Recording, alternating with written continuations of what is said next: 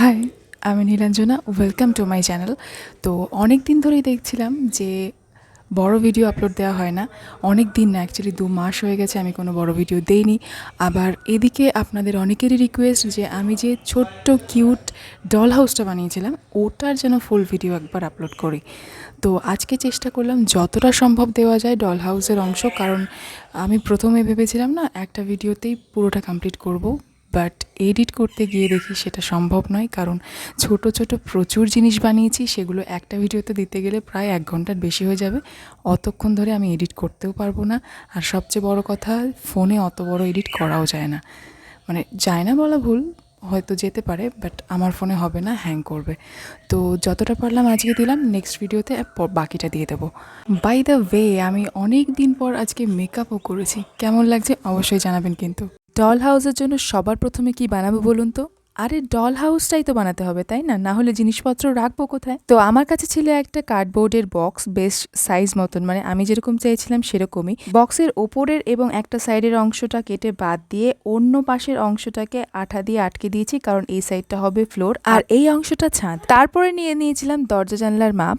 এই ডল হাউসটা আমি বানিয়েছিলাম প্রায় 1 বছর আগে আমার এক সাবস্ক্রাইবারের রিকোয়েস্টে। ও রিকোয়েস্ট করার আগে তো আমি এরকম কিছু জানতামই না যে ডল হাউস বলেও কিছু একটা হয়, যেখানে বাচ্চারা পুতুল টুতুল নিয়ে খেলা করে, পুতুলদের আলাদা আলাদা সমস্ত ফার্নিচার থেকে শুরু করে সবকিছু থাকে। কারণ আমাদের ছোটবেলায় তো ছিল খেলার ঘর, যেটা তৈরি করা হতো পাটকাঠি, নারকেলের পাতা, মায়ের পুরনো শাড়ি, বস্তা, এই সমস্ত কিছু দিয়ে। তার মধ্যে বসে বসে আমরা সারাদিন রান্নাবাটি খেলতাম। ছোটবেলায় বড়দেরকে জ্বালাতন করতাম এগুলো বানিয়ে দেওয়ার জন্য, আর একটু বড় হতে নিজেরাই বানিয়ে নিতাম। তবে গুগল করে এখনই ডল হাউস দেখে তো আমার দারুণ লেগেছে। কি সুন্দর সব ছোট্ট ছোট্ট জিনিসপত্র। তো তারপরে ডিসাইড করলাম যে ডল হাউস একটা বানাতেই হবে। আর এই হচ্ছে আমার ডল হাউসের প্রথম লুকটা। প্রথম লুক কেন বললাম, পরে বুঝতে পারবেন এর লুক কতগুলো চেঞ্জ হয়। এর ছাদের অংশটা আমি টিন দেওয়ার সিদ্ধান্ত নিয়েছিলাম, তো তাই জন্য কার্ডবোর্ডগুলোকে একটুখানি জল দিয়ে স্প্রে করে নরম করে তুলে নিয়ে তারপরে এই কার্ডবোর্ডের পেছন দিকটায় সাদা পেপার লাগিয়ে দিয়েছিলাম, তাহলে নিচের দিকটাও একেবারে ফ্রেশ দেখাবে, মানে ঘরের ভেতরের দিকটা।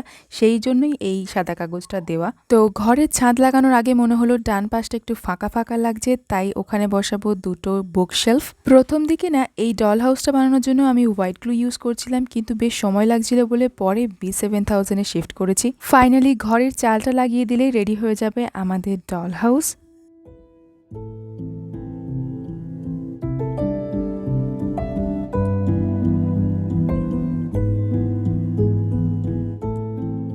ঘরটা তো বানানো হলো, এবার এর জন্য কিছু ফার্নিচার বানাতে হবে, তাই না? আর আমার কাছে ঘরের জন্য ফার্নিচার বললে প্রথম যে জিনিসটা মাথায় আসে সেটা হচ্ছে একটা খাট। তো চলুন সেটাই আগে বানানো যাক। ঘরটা যেহেতু খুবই ছোট, তাই খাটটাও হবে ছোট। খাটটাকে ডিজাইন করার জন্য আমি এখানে কার্ডবোর্ডের ঢেউ খেলানো অংশটা নিয়েছি, আর এটাকে দেখতে যাতে আরেকটু ভালো লাগে তাই জন্য ওই যে ব্রাউন কালারের পেপারগুলো হয় না, মানে শপিং ব্যাগ, তো সেগুলোকে এরকম সমান মাপে কেটে নিয়ে মাঝখান থেকে এরকমভাবে একটু ভাঁজ করে নিয়েছিলাম। তারপরে ওই যে অংশগুলো কেটে রাখলাম আগে খাটের জন্য, সেগুলোতে আঠা লাগিয়ে ঠিক এইভাবে চারদিকে অ্যাটাচ করে দিয়েছি। ছোট যে টুকরোটা করেছিলাম ওটার চারদিকে, আর বড় টুকরোটা 3 দিকে, কারণ খাটের তলায় কেই বা দেখতে যাচ্ছে। তো এবারে বিছানার মেইন পার্টটা লাগাবো, আর ওপরের একটুখানি যাতে গদি হয় তাই জন্য ওই যে পাঞ্জাবির সঙ্গে থাকে যে স্পঞ্জগুলো, সেগুলোকে এইভাবে লাগিয়ে নিয়েছি। তো এভাবেই আমাদের মিনিয়েচার ঘরের মিনিয়েচার খাটের একটা বেসিক স্ট্রাকচার তৈরি হয়ে গেল। আর ঘরে খাট থাকবে কিন্তু সাইড টেবিল থাকবে না, তা কি হয়? আপনাদের ঘরে হতেই পারে, আমার ঘরেও সব চলবে না, কারণ আমি ছোটবেলা থেকেই এই সাইড টেবিলের প্রতি ভীষণভাবে অবসেস। যবে থেকে ভাগে একটা ঘর পেয়েছি আমি, বসার টুলটা বেডের সাইডে রেখে বেড সাইড টেবিল বানাতাম। তো যাই হোক, এখনকার ভিডিও ফুটেজটা দেখে আপনারা ভাবতেই পারেন আমি এখানে ড্রয়ার বানাচ্ছি। আসলে এতগুলো মাস পর এই ভিডিওটা দেখে আমিও তাই ভেবেছিলাম, কিন্তু না, এটা হচ্ছে মেন টেবিলটা। আর এখন চেষ্টা করছি ড্রয়ার বানানোর। প্রথমে যদিও ভেবেছিলাম একটাই ড্রয়ার বানাবো, তবে সেটা না দেখতে খুব একটা ভালো লাগছিল না, তাই জন্য চেঞ্জ করে মাঝখানে একটা পার্টিশন দিয়ে দুটো তাক বানিয়ে দিয়েছিলাম। ভেবেছিলাম এটাকে এভাবেই রাখবো, কিন্তু তারপরে মনে হলো যে এত সিম্পল হতেই পারে না, আর একটু কারুকাজ করা দরকার। মানে কোনো ক্রাফটে এসে আমার যে কি পরিমাণ ক্রিয়েটিভিটির চাপে আমার মাথায়, কি আর বলবো। আজ কিন্তু কমপ্লিট, ওই অবধি রেখে দিলে হয়ে যায় তা না, আমি আবার গেছি ড্রয়ার বানাতে। ভিডিও দেখে মনে হচ্ছে এ তো এমন কি ব্যাপার, কিন্তু না, আসলে ব্যাপারটা বিশাল কিছু না, কিন্তু এত ছোট ছোট সাইজ তো, মানে হাত দিয়ে ধরতে গেলেই 10 বার পড়ছে। এইগুলো হাত দিয়ে ঠিক মতন ধরে আঠাগুলো ফিক্স করা, তারপরে আবার মাপে মাপে জায়গায় জায়গায় বসানো, আর একটু যদি এদিক ওদিকে আঠা পড়ে তো ওটা ওখানে ফিক্স হয়ে যাবে আর খুলবেই না। তো যাই হোক, ড্রয়ার বানানোর একেবারে লাস্ট মোমেন্টে চলে এসেছি আমরা। রিসেন্টলি ডল হাউসের জন্য যে ফার্নিচারগুলো বানাচ্ছিলাম, আপনারা রিল দেখে অনেকেই বলেছিলেন এই সাইড টেবিলটার ভিডিও যেন আমি আবার করে দিই, কারণ এইগুলো বানিয়েছি প্রায় 1 বছর হয়ে গেছে মনে হয়। তো যাই হোক, আজকে সবগুলো একবারে দিয়ে দেওয়ার চেষ্টা করছি, যাতে আপনারা একটা ভিডিও দেখেই সবটা বুঝে যেতে পারেন। ও হ্যাঁ, একটু এবড়োখেবড়ো দেখাচ্ছিল, তাই জন্য সাইডগুলো আবার সেই ব্রাউন পেপার সরু করে কেটে আঠা দিয়ে লাগিয়ে দিয়েছিলাম, যাতে ফিনিশিংটা ভালো আসে। নেহাত আমার কাছে যন্ত্রপাতি নেই, না হলে বাড়ির সমস্ত ফার্নিচার আমিই বানিয়ে ফেলতাম। বাই দ্য ওয়ে, এই লাস্ট ফিনিশিংটা দিয়ে কিন্তু তাক হিসেবেও ভালোই লাগতো, তাই না? ড্রয়ারের থেকেও মনে হয় বেশি ভালো লাগতো। তো যাই হোক, অনেকেই বলছিলেন যে ড্রয়ারটা খোলা যায় কিনা দেখাতে, তো হ্যাঁ, ড্রয়ার কিন্তু খোলা যায়। যদিও এর মধ্যে কি রাখা যাবে তা নিয়ে যথেষ্ট সন্দেহ আছে, কিন্তু খোলা যায়। তো চলুন এবারে দেখে নিই এই র লুকের বেড সাইড টেবিলের সাথে ওই বেডটাকে কতটা মানাচ্ছে।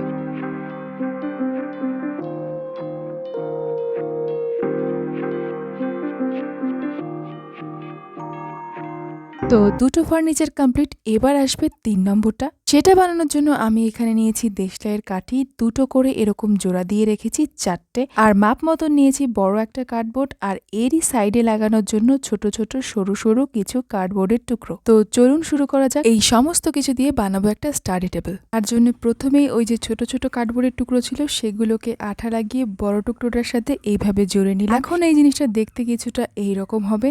এবার এর যে 4টে কোণা আছে, ওই 4 কোণায় 4টে পায়া লাগিয়ে দেবো।